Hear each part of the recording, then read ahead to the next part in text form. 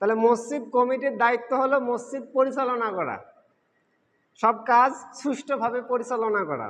সব থেকে সম্মানিত ব্যক্তি হচ্ছে ইমাম সাহেব।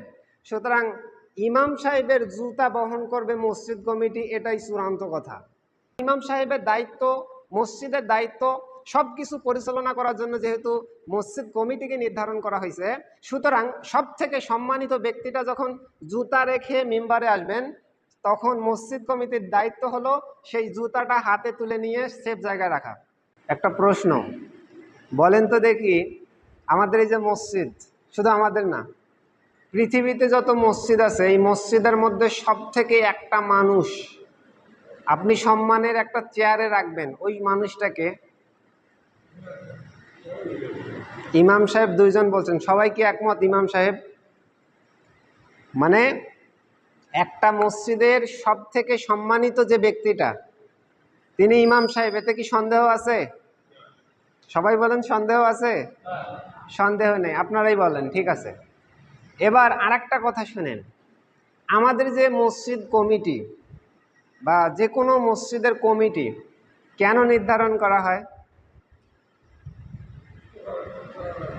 এই যে দাদা একটা সুন্দর কথা বললেন, একটা শব্দ ইউজ করলেন, পরিচালনা করার জন্য, সুন্দরভাবে, সুষ্ঠুভাবে। দেখেন, একজন ইমাম সাহেব হচ্ছে মসজিদের সব থেকে সম্মানিত ব্যক্তি। আর মসজিদ কমিটি কি? মসজিদটা যাতে সুন্দরভাবে পরিচালনা করা যায় সেই জন্য মসজিদ কমিটিকে নির্ধারণ করা হয়। এবার আমি যদি একটা বাক্য বলি, তাহলে এই বাক্যটা মোটেই খারাপ হবে না, মোটেই ভুল হবে না। সেটা কি? ইমাম সাহেব যেহেতু মসজিদের সব থেকে সম্মানিত ব্যক্তি, ইমাম সাহেবের কাজকর্ম অথবা ইমাম সাহেবের দায়িত্ব, মসজিদের দায়িত্ব, সব কিছু পরিচালনা করার জন্য যেহেতু মসজিদ কমিটিকে নির্ধারণ করা হয়েছে, সুতরাং সব থেকে সম্মানিত ব্যক্তিটা যখন জুতা রেখে মিম্বারে আসবেন, তখন মসজিদ কমিটির দায়িত্ব হলো সেই জুতাটা হাতে তুলে নিয়ে সেফ জায়গায় রাখা। কথাটা কি বুঝতে পারছেন? আমার ব্যাখ্যা করলাম না? এর বাইরে কোনো কথা নেই।